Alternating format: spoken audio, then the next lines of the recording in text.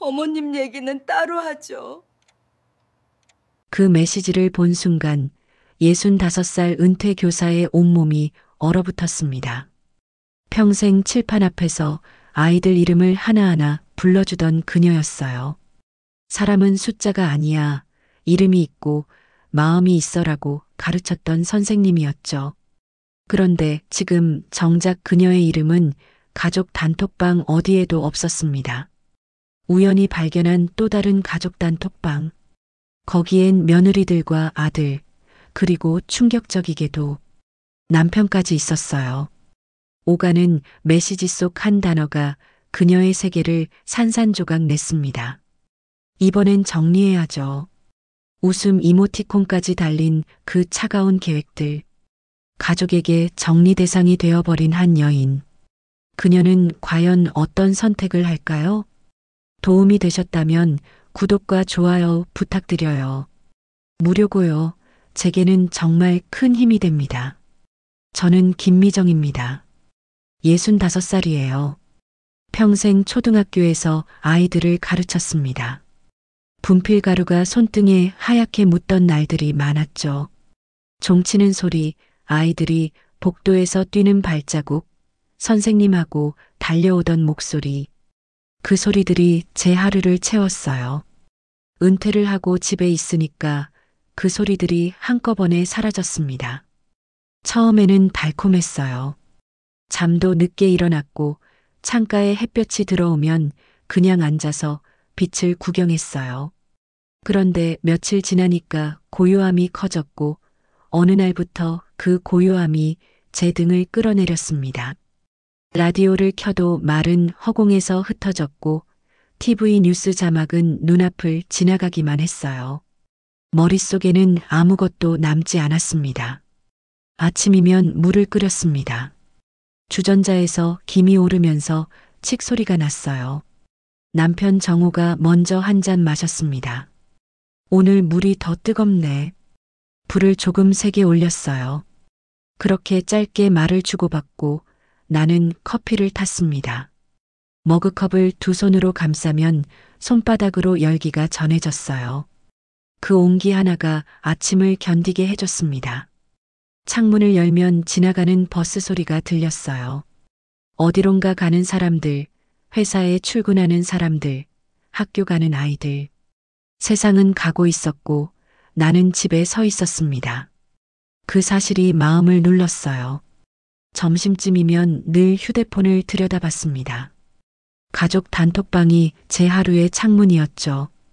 파란 불빛이 깜빡이면 가슴이 먼저 반응했어요. 며느리 수진이 손주 사진을 올렸습니다. 교실 앞에서 상장을 들고 있는 사진이었어요. 손주 옆엔 담임 선생님이 서 있었고 뒤에는 아이들 그림이 붙어 있었죠. 나는 하트를 눌렀습니다. 우리 손주 최고. 글자를 천천히 눌러서 보냈어요. 곧 답장이 왔습니다. 감사합니다, 어머님. 정중한 문장이었죠. 깔끔했어요. 그런데 온기가 얇았습니다. 말풍선은 따뜻한 색이었는데 그 안의 온도는 낮았어요. 그래도 그 단톡방 덕분에 버텼습니다. 오늘 날씨 춥다고 누가 쓰면 맞아요. 목도리 하세요 하고 답했고 손주가 감기에 걸렸다고 올리면 대추를 넣고 푹 끓여요 하고 레시피를 보냈어요. 그렇게 작게라도 쓰임새가 있었고 그게 좋았어요. 며칠 전이었습니다.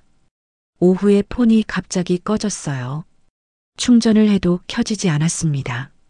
화면이 까맣게 누워 있었고 진동도 없었어요. 나는 잠깐 당황했지만 곧 생각을 고쳤습니다. 오래됐으니 그럴 수도 있지. 기계를 원망해봐야 소용없었죠. 그날 저녁 손녀가 놀러 왔습니다. 문을 열자마자 밝은 목소리가 들어왔어요. 할머니, 보고 싶었어요. 그래, 우리 강이 왔구나. 얼굴이 환해졌네. 손녀는 제 폰을 들여다보더니 고개를 갸웃했어요. 할머니, 이 폰 진짜 오래됐네요. 근데 제가 조금 손보면 살릴 수 있어요. 그래, 나는 잘 몰랐어요.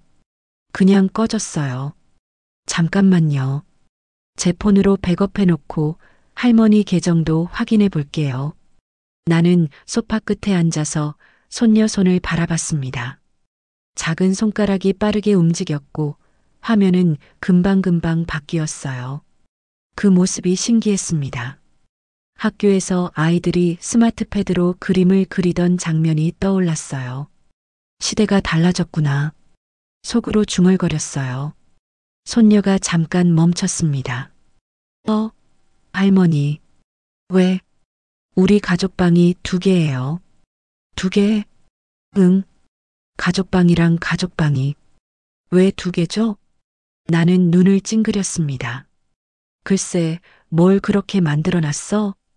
이모가 예전에 만든 것 같은데 잠깐만요. 손녀가 웃으면서 눌렀습니다. 그 순간 화면이 환하게 열렸어요. 메시지가 쭉 올라와 있었고 말풍선이 줄을 지었습니다. 손녀가 고개를 갸웃했어요. 여기엔 할머니가 없네. 그 말이 귀에 탁 꽂혔습니다. 없다고? 응, 할머니 이름이 안 보여요. 어른들끼리 쓰는 방인가 보다. 말은 가볍게 흘렀지만 내 가슴은 묵직하게 내려앉았어요. 화면에는 며느리 수진의 말풍선이 반짝이고 있었어요. 웃는 이모티콘, 하트, 박수. 그 뒤로 아들 선우의 글자가 이어졌습니다. 이번엔 정리해야죠. 그 밑에는 누군가가 이렇게 썼어요. 퇴출 투표는 농담이었어요.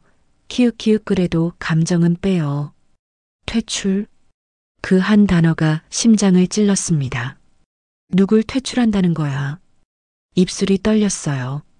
손녀가 나를 보더니 민망한 표정을 지었죠. 할머니, 그냥 장난이에요. 사람들이 그냥 아무 말 하는 거 있잖아요. 나는 입꼬리를 억지로 올렸습니다. 그래, 장난이겠지. 목소리는 올라갔는데 마음은 내려앉았어요. 손녀가 방으로 들어가 숙제를 하러 갔습니다. 나는 부엌에 서서 냄비에 물을 올렸어요. 물을 붓는 소리가 이상하게 크게 들렸습니다. 스푼이 그릇에 닿는 소리, 싱크대에 물방울 튀는 소리. 그 작은 소리들이 마음을 긁었어요. 다시 거실로 와서 손녀가 내려놓은 제 폰을 들었습니다.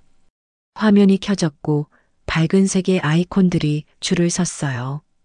그 중에 메시지 앱이 유난히 밝아 보였습니다. 손끝이 스르르 그쪽으로 갔어요. 가족방이. 다시 눌렀습니다. 말풍선이 눈앞으로 밀려왔어요. 이번 주엔 명절 얘기도 합시다. 어머님 얘기는 따로 하죠. 이번엔 확실히 정리해야 해요. 한 줄 한 줄이 몸속으로 들어왔습니다. 숨을 크게 들이쉬었는데 폐가 잘 펴지지 않았어요. 그때 손녀가 방에서 얼굴을 내밀었어요. 할머니, 라면 끓여요? 제가 도와줄까요? 아니야, 숙제해. 금방 돼. 그럼 나 김치 꺼낼게요. 손녀가 냉장고를 열어 김치를 꺼내다가 조용히 말했습니다. 할머니, 근데 진짜 방이 왜 2개일까요? 나는 대답을 못했어요. 목 안쪽이 말라붙어서 소리가 잘 나오지 않았습니다. 그러게. 겨우 그 한마디만 나왔어요. 저녁을 먹고 나서 손녀는 집으로 돌아갔습니다. 현관문이 닫히자 집안이 금방 조용해졌어요. 나는 식탁에 앉아 빈 그릇을 바라봤습니다. 그릇 위에는 김치 국물 자국이 얇게 남아 있었어요. 별것 아닌 자국이었는데 괜히 마음이 쓰였어요. 닦아야지 하다가 그냥 두었어요. 손을 뻗기가 싫었습니다. 남편이 들어왔어요. 강의는 갔어? 응, 숙제 많다더라. 오늘은 왜 이렇게 말수가 줄었어? 그냥 피곤했어요. 무슨 일 있어? 없어요. 남편은 내 얼굴을 잠깐 보다가 말을 멈췄습니다. 그 침묵이 이상하게 길게 느껴졌어요. 밤이 되었습니다. TV를 켰지만 화면 속 사람들의 입모양만 보였어요. 소리는 벽을 타고 어디론가 흘러갔고 내 귀에는 닿지 않았습니다. 나는 작은 스탠드를 켜고 폰을 집어들었어요. 불빛이 손등을 비추고 손등의 세월이 선명하게 드러났습니다. 가족방이 또 눌렀어요. 어머님 얘기는 따로 하죠. 그 한 줄 앞에서 화면이 멈춘 것처럼 느껴졌습니다. 글자들이 작게 보였다가 갑자기 크게 보였어요. 눈물이 고이고 금방 넘쳤습니다. 휴지로 대충 닦았는데도 눈밑이 뜨거웠어요. 나는 혼잣말로 말했습니다. 그래요. 따로 하자. 나도 따로 살겠습니다. 그 말이 입에서 나오자 가슴 깊은 데서 무언가가 툭 떨어졌어요. 무섭기도 했고 조금 시원하기도 했습니다. 그날 밤 처음으로 폰을 뒤집어 놨어요. 알림 소리도 껐습니다. 스탠드 불을 끄자 방 안이 조용히 가라앉았어요. 어둠 속에서 천장을 바라보았는데 자꾸만 칠판이 떠올랐어요. 분필로 사람은 이름으로 불러준다라고 적던 제 손. 그날 아이들 얼굴이 하나하나 겹쳐졌습니다. 나는 아이들에게 늘 말했어요. 사람은 숫자가 아니야. 사물도 아니야. 이름이 있고 마음이 있어. 그 말이 제게로 돌아왔습니다. 정말 오랜만에 내 이름을 속으로 불렀어요. 김미정. 작게 또박또박. 다음 날 아침 창문을 열었습니다. 찬 공기가 얼굴을 스쳤고 눈가가 시렸어요. 그런데 이상하게 숨이 조금 트였어요. 나는 손등으로 공기를 쓸어내렸습니다. 이마에 붙은 머리카락을 넘기고 거울 앞에 섰어요. 얼굴이 낯설었지만 눈빛이 어제하고 달랐습니다. 흔들리기는 했어도 깊숙한 곳에 작은 불이 켜진 것 같았어요. 부엌에서 물을 올리고 찻잔을 2개 꺼냈습니다. 남편이 방에서 나와 앉았어요. 오늘은 뭘 할 거야? 시장에 좀 다녀오고 집 정리를 하려고요. 힘들지 않겠어? 조금 힘들어요. 그래도 해야겠습니다. 내가 그렇게 말하자 남편이 잠깐 멈췄어요. 무슨 일 생겼어? 그냥 필요해서요. 남편은 더 묻지 않았고 나는 말하지 않았습니다. 말을 붙이면 울 것 같았어요. 점심때가 되어 시장에 나갔습니다. 생선가게 앞에서 걸음을 멈췄어요. 비닐 장갑을 낀 손들이 빠르게 움직였고 칼이 도마를 두드렸습니다. 사람들은 가격을 묻고 주인은 손바닥으로 무게를 가늠했어요. 그 소란스러움이 묘하게 편안했습니다. 세상은 여전히 움직이고 있었고 나는 다시 그 안으로 들어가야겠다고 느꼈어요. 콩나물 한 봉지, 대파 한 줌, 두부 한 모를 샀습니다. 장바구니 무게가 손목을 당겼어요. 그 무게가 싫지 않았습니다. 손에 뭔가가 있다는 느낌, 그게 위로가 됐어요. 집에 와서 냄비에 물을 올리고 대파를 썰었습니다. 칼날이 도마를 톡톡 두드렸고 대파 향이 퍼졌어요. 그 향을 맡으니 마음이 조금 안정되었습니다. 콩나물 머리를 다듬다가 손끝이 살짝 베었어요. 아야. 작게 소리가 났고 금세 피가 맺혔습니다. 휴지로 눌러 피를 멈추며 웃음이 났어요. 살아있는 사람만이 느끼는 작은 통증이었죠. 국이 끓기 시작했어요. 뚜껑을 조금 열고 소금을 넣었습니다. 오늘은 국이 진해야겠다. 혼잣말이 나왔습니다. 진한 국물이 속을 지켜줄 것 같았어요. 그때 호추름이 울렸습니다. 손녀였어요. 할머니 숙제하다가 생각나서요. 어제 폰은 괜찮아요? 응, 잘 켜졌어. 너 덕분에. 다행이다. 아, 그리고 그 방 할머니가 마음 쓰면 안 돼요. 제가 이모한테 물어볼게요. 아니야, 괜찮아. 묻지 마. 손녀가 조용히 말했어요. 할머니, 내가 할머니 편인 거 알죠? 알아요. 그 한마디에 목이 뜨거워졌습니다. 알지. 고마워. 전화를 끊고 국을 한 숟갈 떠먹었어요. 짜지도 싱겁지도 않았습니다. 딱 오늘만큼의 맛이었어요. 저녁 무렵 창밖 하늘이 보랏빛으로 바뀌었습니다. 골목 가로등이 하나둘 켜졌고 집집마다 불이 들어왔어요. 나는 불이 켜진 창들을 바라보다가 폰을 꺼냈습니다.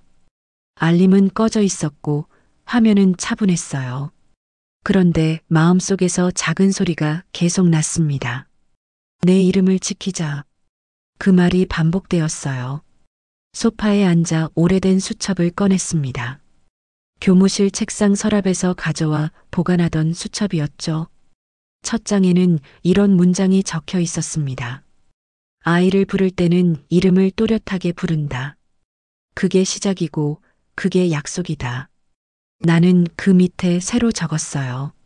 나를 부를 때도 이름을 또렷하게 부른다. 그게 다시 시작이고 그게 내 약속이다. 펜을 내려놓고 눈을 감았습니다. 숨을 길게 내쉬었어요. 가슴 안쪽에서 아주 작은 소리가 났습니다. 탁 하고 스위치를 켠 것 같은 소리였어요. 작았지만 분명했습니다. 그날 밤 나는 한 번도 뒤척이지 않고 잤습니다. 꿈속에서 칠판 앞에 서 있었고 분필로 제 이름을 크게 썼어요. 김미정. 아이들이 웃었고 누군가 박수를 쳤습니다. 나는 고개를 끄덕였어요. 그래, 이게 내 이름이었지. 잠결에 그렇게 말했어요. 아침이 오기 전 창밖에서 새소리가 들렸습니다. 새소리는 어제보다 또렷했습니다. 나는 마음속으로 천천히 말했어요.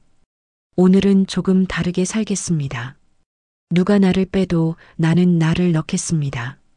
내 이름으로, 내 자리로. 그리고 눈을 떴습니다. 햇빛이 커튼 사이로 들어왔고 방 안에 길게 누웠어요. 나는 그 빛을 따라 일어났습니다. 주전자에 물을 올리고 컵 2개를 꺼냈어요. 오늘 하루가 길게 덮쳐와도 내 이름으로 버텨보자고 조용히 다짐했습니다. 그렇게 아주 천천히지만 분명하게 내 인생의 첫 장을 다시 넘기기 시작했어요. 그날 이후로 세상이 조금 기울어졌어요. 아침 햇살도 여전했고 밥 짓는 냄새도 같았는데 모든 게 어딘가 낯설었어요. 마치 내가 살던 집인데 벽지가 살짝 바뀐 것 같은 느낌이었죠. 부엌에서 밥을 지으며 창문 밖을 봤습니다. 담벼락 너머로 고양이가 한가롭게 지나갔어요. 그 녀석은 매일 같은 길로 다니는데 나는 하루하루 다른 마음으로 그 길을 바라봤어요. 오늘은 왜 이렇게 조용해요? 남편 정우가 방에서 나왔습니다. 그냥 생각 좀 했어요. 무슨 생각을 그렇게 해요? 별 생각 다 했어요. 그렇게 말하고 웃었지만 입가에 힘이 없었어요. 그날 아침 식탁은 이상하게 무거웠습니다. 숟가락이 그릇에 닿을 때마다 소리가 크게 울렸어요. 남편이 조심스럽게 물었죠. 요즘 강의는 자주 와요? 요새 바빠요. 학교 끝나면 바로 학원 간대요. 그래도 손녀 보러 가면 좋아할 텐데. 글쎄요, 요즘은 애들도 자기 세상이 있죠. 말은 그렇게 했지만 마음 한쪽은 찢겨 있었어요. 손녀 얼굴을 보고 싶었지만 그 집 앞에서 초인종을 누를 용기가 없었어요. 혹시나 오늘은 바빠요라는 말이 돌아올까 봐요. 그날 오후 폰을 들었습니다. 가족 단톡방은 여전히 조용했어요. 아무도 말을 걸지 않았고 사진도 올라오지 않았어요. 그런데 가족방에만 계속 알림 숫자가 늘어나고 있었어요. 그 숫자 옆에 작게 뜬 이 내 마음을 찔렀어요. 손끝이 망설였습니다. 누르지 말자, 눌러봤자 상처뿐이다. 그렇게 스스로를 말렸는데 엄지손가락은 결국 그 위를 눌러버렸어요. 대화창이 열렸습니다. 그곳엔 어제와 다르지 않은 말들이 가득했어요. 이번엔 꼭 정리합시다. 어머님 모시기엔 이제 좀 힘들죠. 시설도 요즘은 좋아요. 이번 명절은 각자 보내는 걸로 하죠. 숨이 막혔습니다. 대화창 위에 내 이름이 없는 걸 알면서도 마치 그 방 안에 갇힌 사람처럼 가슴이 답답했어요. 폰을 내려놓았어요. 손끝이 차가웠어요. 방 안의 공기마저 멀게 느껴졌습니다. 점심 무렵 전화벨이 울렸어요. 화면에 은하라는 이름이 떴어요. 둘째 며느리였어요. 어머님, 안녕하세요. 그래, 은하야. 요즘 안 보이셔서요. 괜찮으세요? 괜찮아요. 조금 바빴어요. 오늘 복지관에서 영화 상영한대요. 같이 가실래요? 그 말이 낯설게 들렸어요. 요즘 누가 나를 같이라고 부르던가요? 그래, 가요. 그렇게 대답했어요. 뭐라도 붙잡고 싶었어요. 복지관 앞에서 은하가 기다리고 있었어요. 손에 커피 2잔을 들고 있었죠. 어머님, 이거 따뜻해요. 드세요. 고마워요. 컵을 2손으로 감싸 쥐었습니다. 그 온기가 손끝으로 퍼졌어요. 은하야. 네, 어머님. 요즘 가족방이 2개더라. 은하가 잠시 멈췄어요. 그거요? 응. 너도 알지? 은하가 조심스레 고개를 끄덕였어요. 예전에 응급 연락용으로 만든 거였어요. 아버님이 한번 쓰러지셨을 때 연락이 늦어서요. 근데 요즘은 그 방이 좀 다르게 쓰이는 것 같아요. 다르게? 그냥 마음이 편하지 않은 얘기들이 오가요. 그래서 나를 뺀 거야? 그건 제가 만든 게 아니라서. 은하가 말을 흐렸어요. 그 말이 이상하게도 미안함으로 들렸어요. 나는 고개를 끄덕였어요. 괜찮아요. 다 알아요. 어머님, 혹시라도 상처받으시면 안 돼요. 괜찮아요. 나도 이제 상처받는 게 익숙해졌어요. 그 말을 하고 나서 웃었는데 입안이 쓰게 말라붙었어요. 영화를 보고 나오는 길, 은하가 다시 물었어요. 어머님, 오늘 집까지 모셔다 드릴까요? 괜찮아요. 천천히 걸을래요. 그럼 조심히 들어가세요. 그래. 은하는 고개 숙여 인사하고 떠났어요. 그 뒷모습을 보는데 마음 한켠이 따뜻했어요. 그래도 누군가는 나를 걱정하고 있었으니까요. 집에 돌아오니 남편이 없었습니다. 식탁 위에 그 사람의 폰이 놓여 있었어요.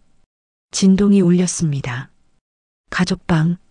그 알림을 보는 순간 심장이 덜컥 내려앉았어요. 손끝이 떨렸어요. 평생 남편의 폰을 본 적이 없었어요. 그런데 그날은 이상하게 손이 저절로 움직였어요. 잠금은 결혼 기념일이었어요. 너무 쉬웠어요.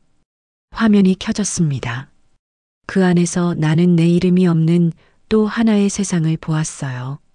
대화창에는 며느리 이름들이 있었습니다. 그리고 선우, 내 아들 이름.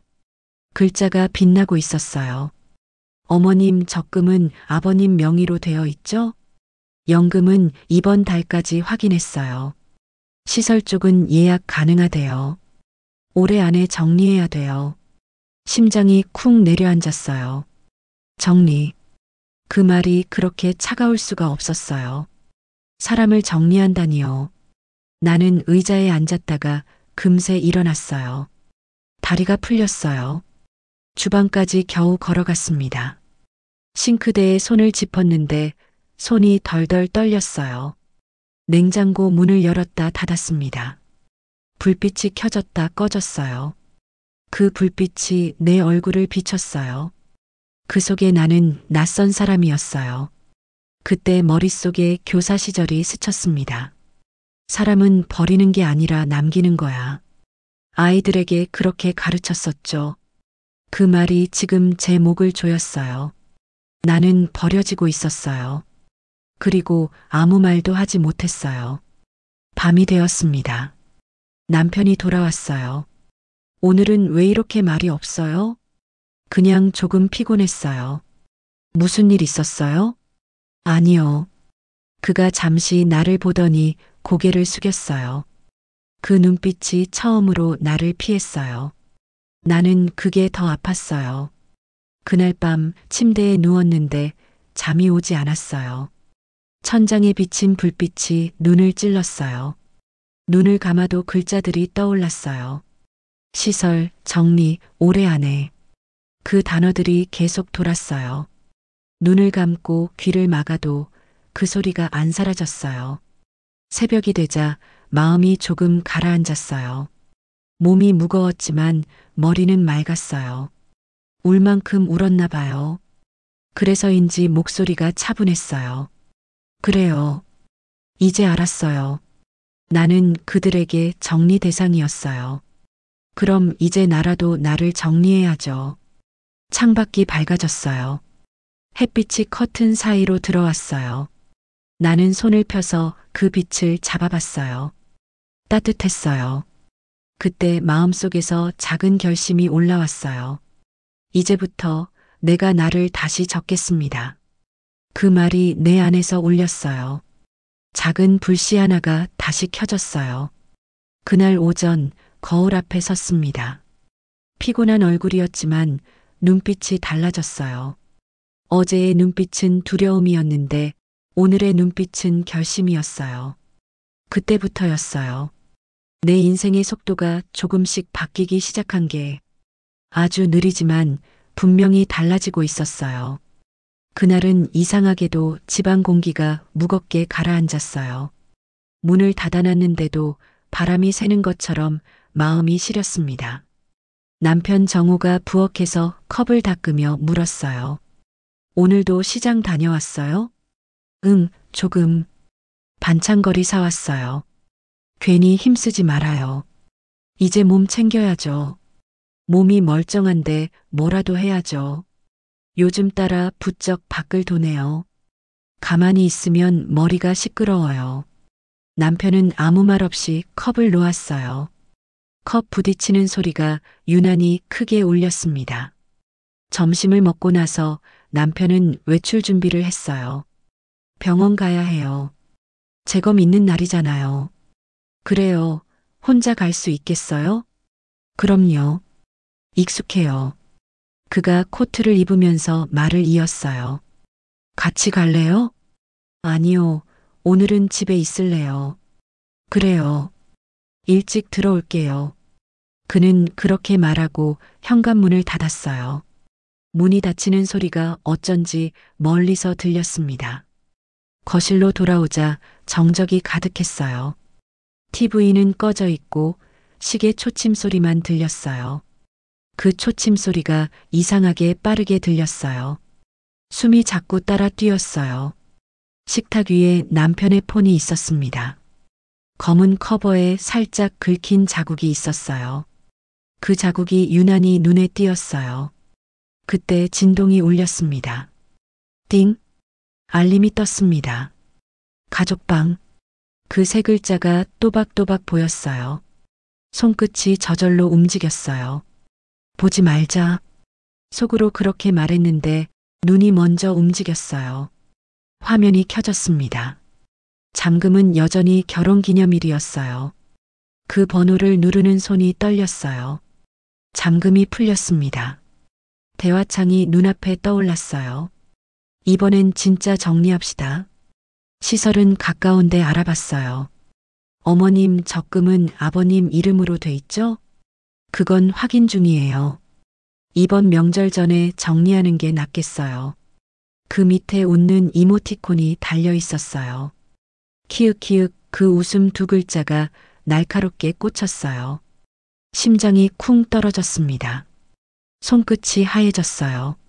몸속에서 피가 빠져나가는 느낌이었어요. 정리. 그 단어를 속으로 되뇌었어요. 내가 가르치던 아이들이 떠올랐습니다.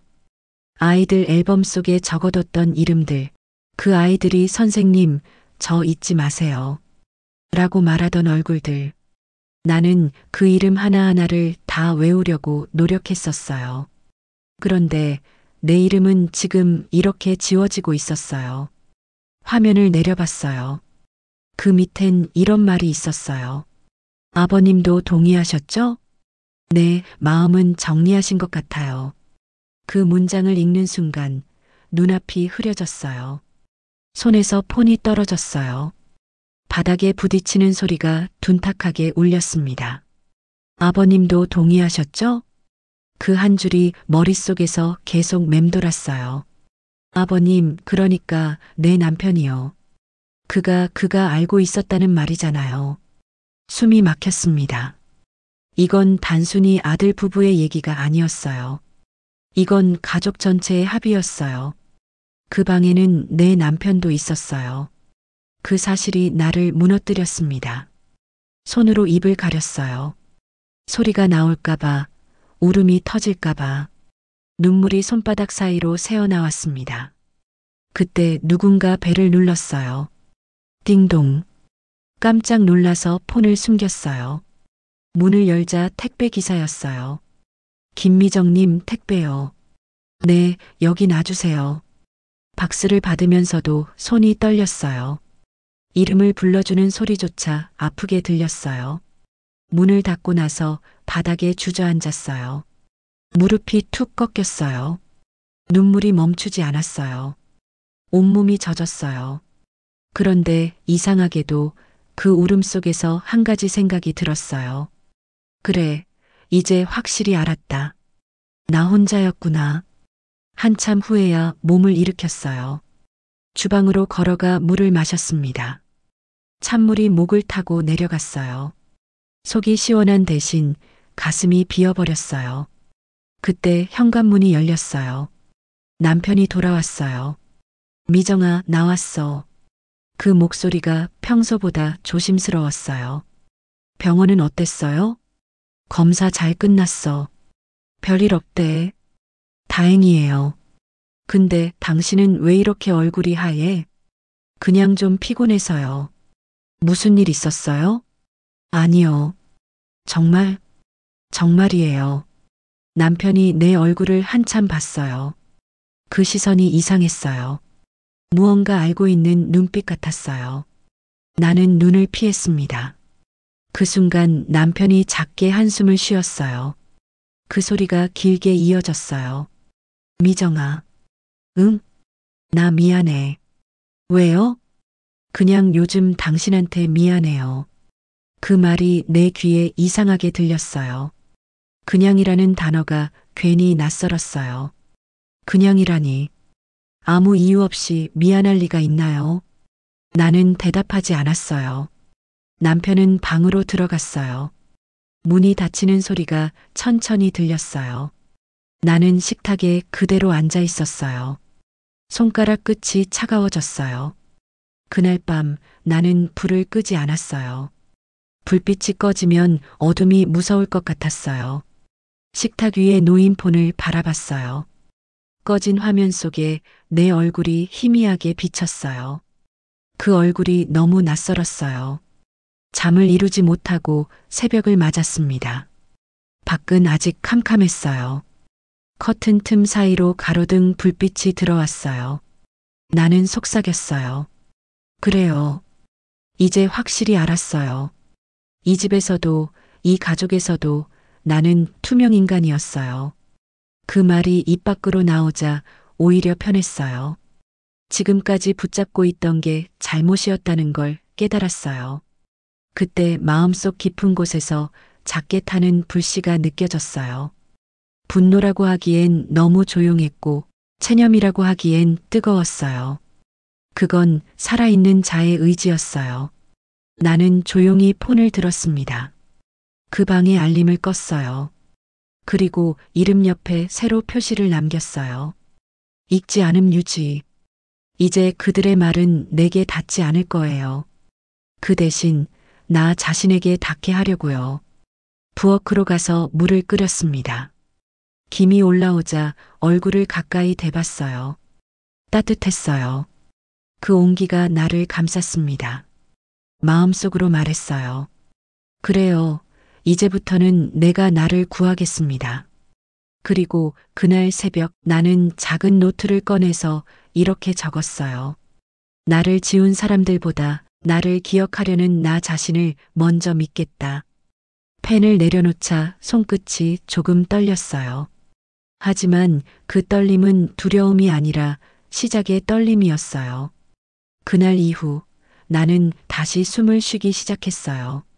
조용히, 그러나 분명히 무너진 자리에서 다시 일어나기 위한 숨이었어요. 그날 새벽 오랜만에 잠을 조금 잤어요. 눈을 떴을 때 방 안은 아직 어스름했어요. 커튼 사이로 희미한 빛이 들어왔습니다. 그 빛이 천천히 내 얼굴을 덮었어요. 몸이 아직 무거웠지만 어제와는 다른 감각이 느껴졌습니다. 뭔가가 바닥에서부터 조금씩 올라오는 느낌이었어요. 주전자에 물을 올렸습니다. 물이 끓는 소리가 들리자 머릿속이 또렷해졌어요. 컵에 커피를 탔습니다. 김이 올라왔고 그 향이 코끝을 간지렸어요. 그 향이 오래전에 교무실에서 아이들 숙제 검사하던 시간과 닮아 있었어요. 그때의 나, 열심히 살던 나, 누군가를 믿던 나. 그 기억이 작게 떠올랐어요. 남편이 방에서 나왔습니다. 오늘은 좀 괜찮아요? 응, 잠은 좀 잤어요. 얼굴이 조금 좋아졌어요. 그래요? 어제보단 숨이 쉬어졌어요. 오늘은 뭐 할 거예요? 은행에 가보려고요. 은행? 응, 내 이름으로 통장 하나 만들려고요. 그게 왜요? 그냥 내 이름이 적힌 게 하나쯤은 있어야 할 것 같아서요. 남편이 잠시 나를 봤어요. 그 눈빛 속엔 놀람과 미안함이 섞여 있었어요. 같이 갈까? 아니요. 이번엔 혼자 갈래요. 그래요. 몸은 조심하고.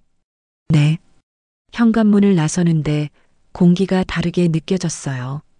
차가운 바람이 얼굴을 스쳤지만 그 바람이 오히려 정신을 깨웠어요.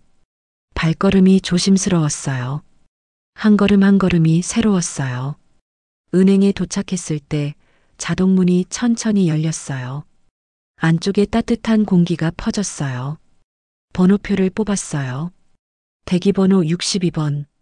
그 숫자를 보는데 이상하게 안심이 됐어요. 내 차례가 오고 있구나.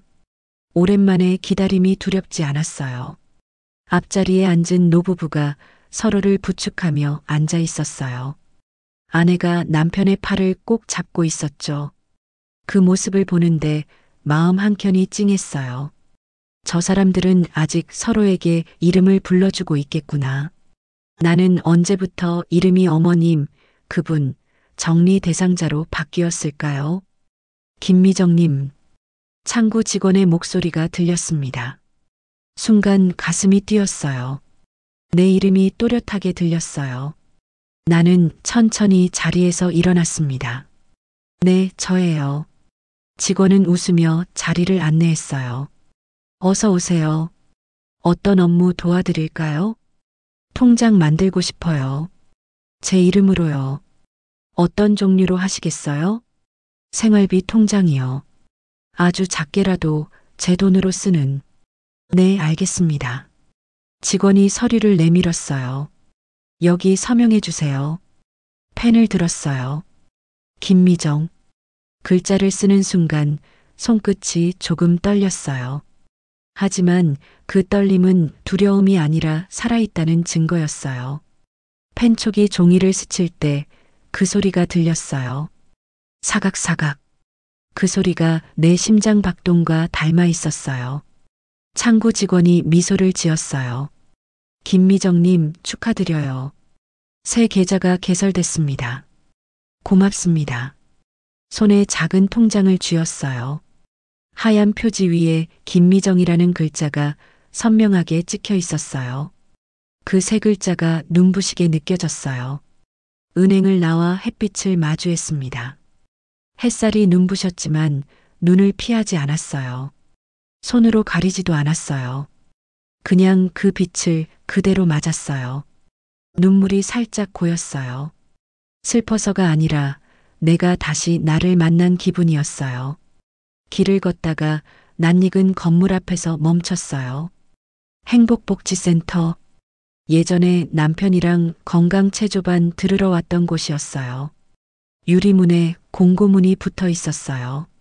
시니어 창업 지원반 반찬 만들기 손만 나눔 프로그램 모집. 글자가 유난히 눈에 들어왔어요. 그 문장을 3번 읽었어요. 시니어, 창업, 손만 나눔. 그 단어들이 내 마음을 흔들었어요. 그래, 이거다. 확신이 들었어요. 안으로 들어갔어요. 복지사 한 분이 환하게 웃으며 인사했어요. 어서 오세요, 어르신. 무엇 도와드릴까요? 저 반찬 만들기 반 신청하려고요. 아, 이번 주에 새로 개설된 반이에요. 자리 있어요. 그럼 신청할게요. 이름하고 연락처 적어주세요. 펜을 들었어요. 김미정. 그 3글자를 또박또박 적었어요. 글씨가 조금 커졌어요. 내가 내 이름을 크게 쓰고 싶었어요. 복지사가 고개를 끄덕이며 웃었어요. 좋은 선택하셨어요. 다들 처음엔 망설이시지만 오면 표정이 달라져요. 그래요? 네, 다들 처음엔 나 같은 사람이 뭘 해요 하시다가 2달만 지나면 반장이 되세요. 나는 웃었어요. 저도 그렇게 될 수 있을까요? 당연하죠. 그 말이 그렇게 따뜻할 수가 없었어요. 센터를 나와서 시장을 들렀어요. 두부 한 모, 멸치 한 봉지, 마늘 한 통을 샀어요. 장바구니에 담긴 그 무게가 오랜만에 든든하게 느껴졌어요. 손끝이 아팠지만 마음은 단단했어요. 집에 돌아오자 남편이 거실에서 TV를 보고 있었어요. 은행 잘 다녀왔어요? 응, 통장 만들었어요. 진짜로 만들었어요? 응, 내 이름으로요. 남편이 놀란 듯 웃었어요. 그래요. 잘했어요. 이제 내 돈으로 내 반찬도 만들 수 있겠어요. 그래요. 나중에 나도 한 입 줘요. 당연하죠. 식탁에 앉아서 두부를 자르고 마늘을 다졌어요. 기름 두른 팬에서 지익 소리가 났어요. 그 소리가 오랜만에 내 귀에 힘을 주었어요. 손에 힘이 들어갔어요. 향이 퍼졌고 그 냄새가 집안 구석까지 닿았어요. 그 냄새를 맡으니 눈물이 또 고였어요. 이번엔 아픔이 아니라 살겠다는 의지였어요. 식사가 끝나고 남편이 조심스럽게 물었어요. 오늘은 기분이 좀 좋아 보여요. 그래요. 오랜만에 밥이 맛있었어요. 오늘 반찬은 진짜 맛있네. 이름이 뭐예요? 나는 잠시 생각하다가 말했어요. 진짜 가족 반찬이에요. 남편이 고개를 갸웃했어요. 무슨 말이에요? 그냥 나한테 진짜 가족 같은 맛이었어요. 그래요. 그런 이름 괜찮네요. 그날 밤 통장을 열어봤어요. 김미정. 그 이름이 이제는 두렵지 않았어요. 그 이름이 나를 지켜주는 문장 같았어요. 나는 그 아래에 볼펜으로 작게 썼어요. 내 이름으로 산 첫날. 글씨가 조금 비뚤었지만 그게 좋았어요. 세상에서 제일 솔직한 글씨였거든요. 불을 끄기 전에 창문을 열었어요. 차가운 공기가 들어왔어요. 그 바람이 내 얼굴을 스쳤어요. 나는 속으로 말했어요. 그래요. 나는 이제 내 이름으로 숨쉬고 있습니다. 그리고 그날 밤 오랜만에 꿈을 꾸었어요. 내가 칠판 앞에 서 있었어요. 분필로 큰 글씨를 쓰고 있었어요. 김미정. 그 밑에 또 적었어요. 진짜 가족. 아이들이 환하게 웃었어요. 그 웃음소리가 내 귀에서 멀리 퍼졌어요. 눈을 떴을 때 새벽빛이 천천히 커튼 사이로 들어왔어요. 나는 속으로 조용히 중얼거렸어요. 오늘부터 진짜로 나로 살아보겠습니다. 며칠 뒤였어요. 복지센터 첫 수업 날이 왔습니다. 새 앞치마를 메고 거울 앞에 섰습니다. 끈을 조여 묶는데 마음이 조금 단단해졌어요. 문을 나서며 속삭였습니다. 오늘은 내 손맛으로 누군가를 웃게 하겠습니다. 교실 문을 열자 따끈한 공기가 훅 들어왔습니다. 스테인리스 테이블이 반짝였고 커다란 볼들이 줄을 섰어요. 선생님이 박수를 쳤습니다. 반갑습니다. 오늘은 기초부터 갑니다. 계란말이, 멸치볶음, 오이 무침, 그리고 집집마다 다르게 하는 된장찌개요. 내 옆에는 박선자 씨가 서 있었어요. 처음 오셨어요? 네. 떨리네요. 저도 그래요. 근데 사람 소리 들으니까 벌써 살겠어요. 우리는 웃었습니다. 그 웃음이 기름보다 먼저 달궈졌어요. 달걀을 깨고 젓가락으로 풀었습니다. 소금 한 꼬집, 파 송송, 지글거리는 소리에 심장이 박자를 맞췄어요. 팬을 기울이며 말았고 단면을 보았습니다. 노란 동그라미가 곱게 말렸어요. 선생님이 엄지를 들어 보였어요. 아, 김미정님. 손이 살아있네요. 아이들 도시락 싸느라 많이 말아봤어요. 말하며 웃었어요. 그때의 팔힘이 잠에서 깨어났습니다. 멸치는 약불에서 달궜습니다. 비린내가 가시자 간장과 올리고당을 흘렸어요. 타닥타닥. 젓가락이 멈춘 순간마다 내 안에 오래된 불안이 작게 부서졌습니다. 2시간이 금방 지나갔어요. 완성된 반찬 3통을 보니 세상에다 내 이름을 조그맣게 새긴 것 같았어요. 한 통은 나눔 반찬함에 넣었습니다. 홀로 계신 어르신께 갈 거예요. 복지사가 말했어요. 나는 작은 메모지를 꺼내 적었습니다. 오늘의 반찬, 김미정 드림. 글자를 또박또박 눌렀어요. 메모를 끼워 넣는 손끝이 따뜻했습니다. 집으로 돌아오는 길, 시장 입구에서 손녀 생각이 났어요. 카드를 꺼내 과자를 하나 샀습니다. 달콤한 날, 봉투에 그렇게 쓰여 있었죠. 나는 속으로 중얼거렸습니다. 그래, 오늘은 달콤한 날이야. 저녁 무렵 문이 열렸어요. 남편이 냄새를 맡더니 눈이 커졌습니다. 이게 다 뭐야? 첫 수업 숙제예요. 오, 선생님 다시 시작했네. 그냥 학생이에요. 근데 기분이 좋았어요. 그는 젓가락으로 멸치를 집어 먹었습니다. 짭짤하니 딱이네. 내일은 된장에 호박을 더 넣어 볼까요? 그래. 당신 입이 정답이지.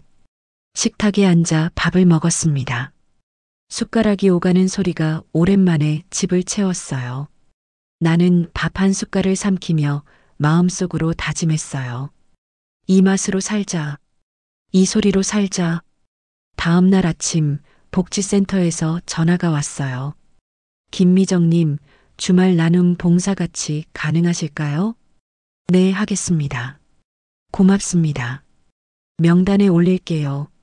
전화를 끊고 캘린더에 동그라미를 쳤어요. 빨간 동그라미가 작은 축제 같았어요. 주말이 왔습니다. 반찬 박스를 트럭에 실었어요. 나는 박선자 씨와 같은 조가 되었죠.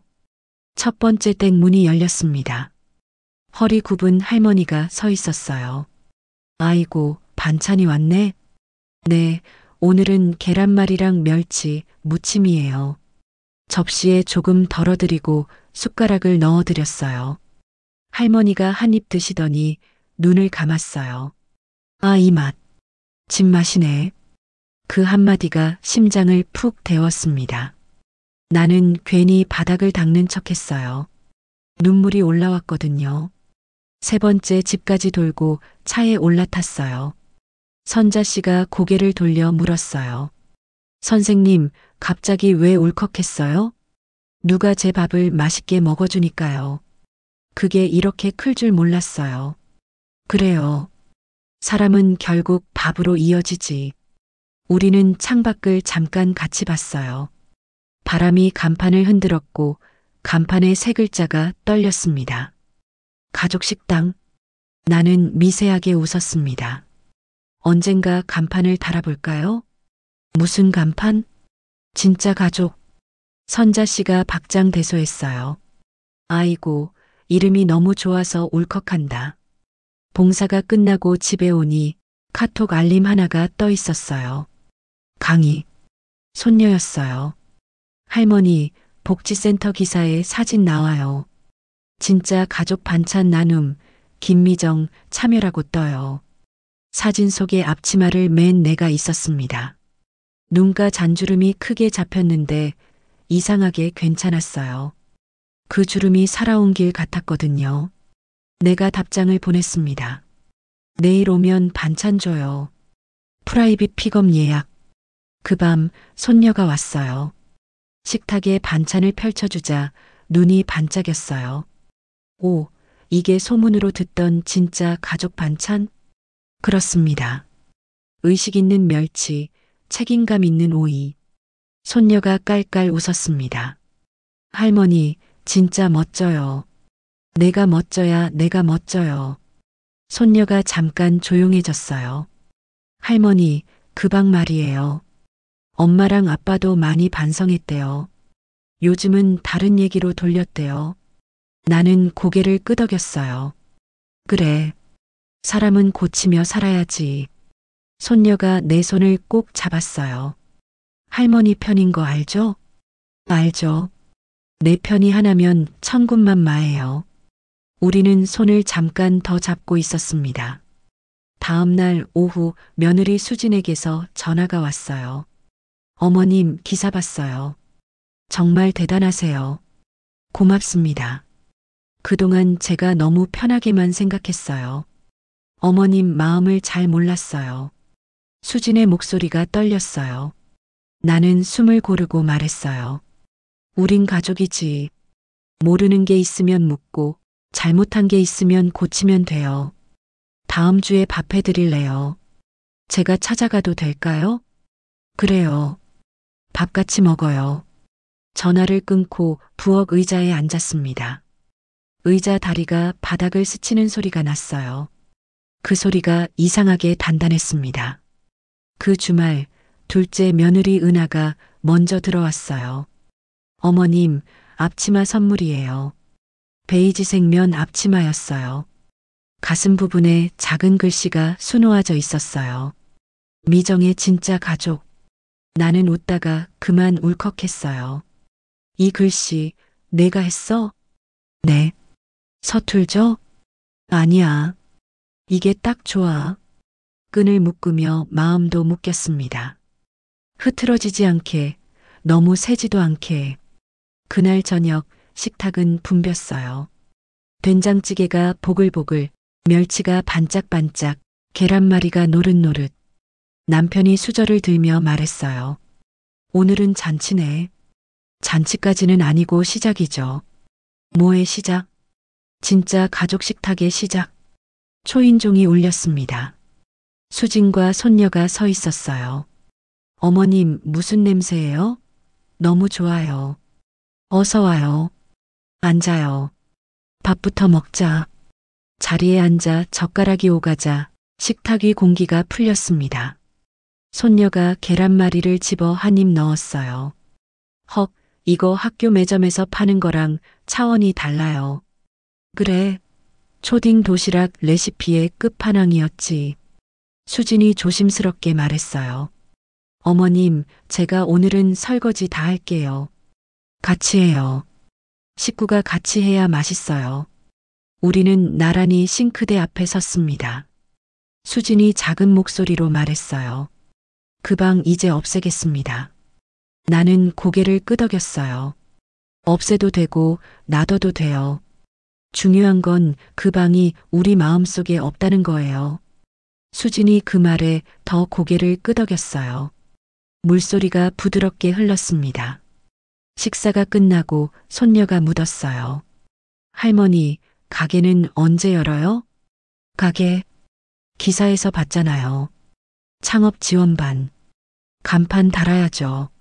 나는 수진과 은하를 봤어요. 둘 다 웃고 있었어요. 글쎄 언제 열까? 남편이 슬며시 손을 들었어요. 내일 부동산부터 갑시다. 여보, 너무 빠르잖아요. 몸이 멀쩡할 때 해야지. 그리고 당신이 웃는 날은 빨리 와야 좋잖아. 그 말에 순간 집안 공기가 반짝했어요. 그 다음 주 작은 점포를 계약했습니다. 골목 초입, 햇빛이 잘 드는 자리였어요. 문을 열고 닫아보니 찰칵 소리가 났습니다. 그 소리가 딱 마음에 들었어요. 벽은 하얗고 선반은 낮았고 바닥은 나무였어요. 나는 벽 한가운데를 손바닥으로 쓸었습니다. 그 자리에 내 인생을 걸어보자고 속삭였어요.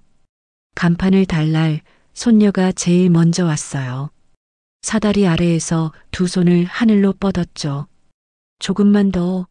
네, 거기요. 간판을 걸고 나사 두 개를 더 조였습니다. 뒤로 물러서서 다 함께 올려다봤어요. 진짜 가족. 서체가 단단했고 색은 따뜻했어요. 햇빛이 닿으니 금빛이 살짝 돌았어요. 나는 그 자리에서 박수를 쳤어요. 개점 축하합니다. 사장님, 소감 한 말씀. 손녀가 장난을 쳤어요. 나는 짧게 말했습니다. 밥같이 먹을 사람 환영합니다. 그 말이 내 전부였어요. 첫날은 동네 분들만 오셨어요.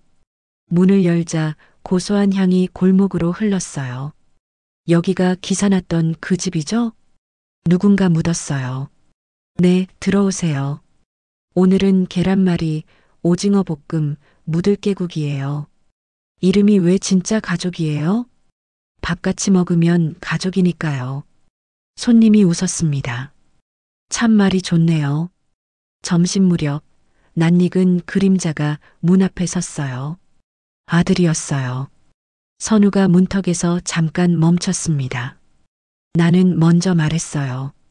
밥 먹으러 왔어? 응, 가능해. 밥은 누구든 가능해.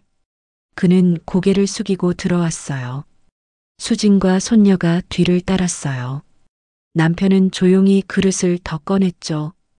우리는 말없이 한 상을 차렸어요. 식탁에 다 모이니 숟가락 소리가 먼저 시작됐습니다. 누구도 큰 소리로 사과하지 않았어요. 대신 밥을 먹었습니다. 밥이 먼저 말을 했어요. 눈치보다 김의 고소함이 앞섰고 진한 감정보다 된장의 온도가 진했어요. 밥을 다 먹고 아들이 조용히 말했어요. 엄마. 그 한마디가 오래 걸렸습니다. 응. 나 그동안 정말. 그는 끝을 잇지 못했어요. 나는 손을 들어 멈췄습니다. 밥 먹었지? 응. 그럼 됐어. 다음에 할 말 있으면 밥 먹기 전에 해. 아들이 멋쩍게 웃었어요. 알겠어. 손녀가 옆에서 팔꿈치로 아빠를 쿡 찔렀어요. 아빠, 오늘은 밥이 먼저야. 우리는 다 같이 잠깐 웃었어요. 그 웃음이 무겁던 공기를 가볍게 발라냈습니다. 저녁 장사를 마치고 셔터를 반쯤 내렸어요. 골목이 노랗게 물들었어요. 선자 씨가 땀을 닦으며 말했어요. 첫날 치고 대박이네. 대박까진 아니고. 그래도 누군가 배불리 먹고 갔으니 성공이죠. 그게 제일 큰 대박이지. 우리는 가게 한가운데 서서 숨을 맞췄어요. 기름 냄새, 파향, 된장 냄새, 그리고 사람 냄새. 그 냄새들이 뒤섞여 집 같은 냄새가 났어요. 집으로 돌아오자 남편이 말했어요. 오늘 당신 얼굴, 오래전에 본 얼굴이네. 언제 얼굴인데요? 아이들 졸업식 때 교실 문 앞에서 아이들 하나하나 이름 불러주던 그날. 나는 잠깐 말을 잊었어요. 그 기억이 선명하게 되살아났습니다. 맞아요. 그날 참 좋았죠. 오늘도 그날 같았어. 고마워요. 같이 버텨줘서. 같이 먹었잖아. 그럼 된 거지. 밤이 깊자 가게 간판 불빛이 떠올랐어요. 진짜 가족. 그 네온이 눈을 감아도 보였어요. 나는 속으로 여러 이름을 불러보았습니다. 내 이름, 남편 이름, 손녀 이름, 며느리들 이름, 이웃 이름. 부르다 보니 마음이 조금 더 넓어졌어요. 이름을 부르면 자리가 생겼습니다. 자리가 생기면 밥이 놓였어요. 밥이 놓이면 말이 부드러워졌어요. 그게 내가 오래 가르쳤던 순서였죠. 그리고 지금 내가 사는 방법이 되었어요. 며칠 후 가게 문 앞에 쪽지가 붙었어요.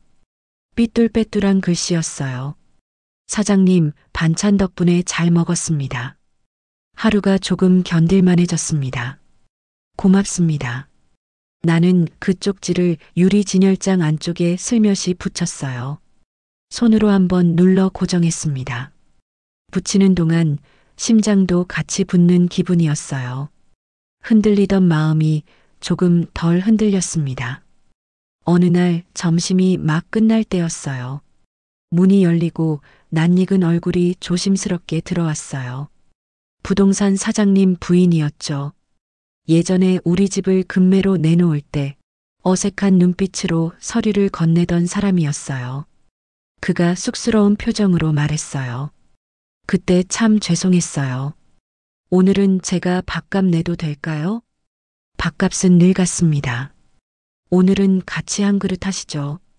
우리는 같은 테이블에 앉아 국을 나눴습니다. 사람이 사람을 먹여 살리는 순간이었죠. 저녁 무렵 가게 문틈으로 바람이 들었어요. 종이 간판이 살짝 흔들렸어요. 나는 그 흔들림을 손으로 잠깐 멈춰줬어요. 그리고 또렷하게 말했어요. 괜찮습니다. 흔들리는 건 넘어지는 게 아닙니다. 그 말은 간판에게 한 말이었고, 지난날의 나에게 한 말이었고, 앞으로의 나에게도 한 말이었어요. 문을 닫고 불을 끄려다 나는 마지막으로 쇼케이스를 한 번 더 닦았습니다. 유리에 비친 얼굴이 이제는 익숙했어요. 눈가의 주름도, 입가의 단단함도 그 얼굴을 보며 또박또박 마음속으로 적었습니다. 나는 오늘도 내 이름으로 밥을 지었습니다. 나는 오늘도 내 이름으로 사람을 불렀습니다. 집에 돌아와 스탠드를 켰어요. 노트를 펼치고 한 줄을 더 썼습니다. 진짜 가족 규칙일. 먼저 먹이고 나중에 말한다. 펜촉이 종이를 미끄러지듯 지나갔어요. 그 소리가 잔잔했습니다. 이야기를 마무리하려니 처음 올린 그 문장이 떠올랐어요. 이 이야기는 창작된 드라마 시나리오입니다. 그래도 좋습니다. 창작이든 현실이든 우리가 오늘 밥을 같이 먹었다면 그걸로 충분했어요. 밥 한 그릇이 사람을 붙들고 이름 한 번이 사람을 일으킨다고 믿었습니다. 나는 그 믿음으로 내일도 문을 열 거예요. 여러분, 나이 들어도 인생의 주인공은 바로 우리 자신이었습니다. 오늘 제 이야기와 밥 냄새가 마음 한쪽을 조금이나마 데워드렸다면 구독과 좋아요 부탁드립니다. 무료였고요. 제게는 정말 큰 힘이 됩니다. 다음에는 여러분의 진짜 가족 이야기를 들려주세요. 식탁은 비워두겠습니다. 따뜻한 자리로요.